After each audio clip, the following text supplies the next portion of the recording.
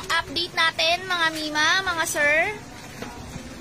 Ayan, na-rescue na po lahat ng ating pasahero sa bus. Lahat po sila is ligtas na. Ayan na po, mas lalong lumalim yung baha dito sa Araneta Avenue.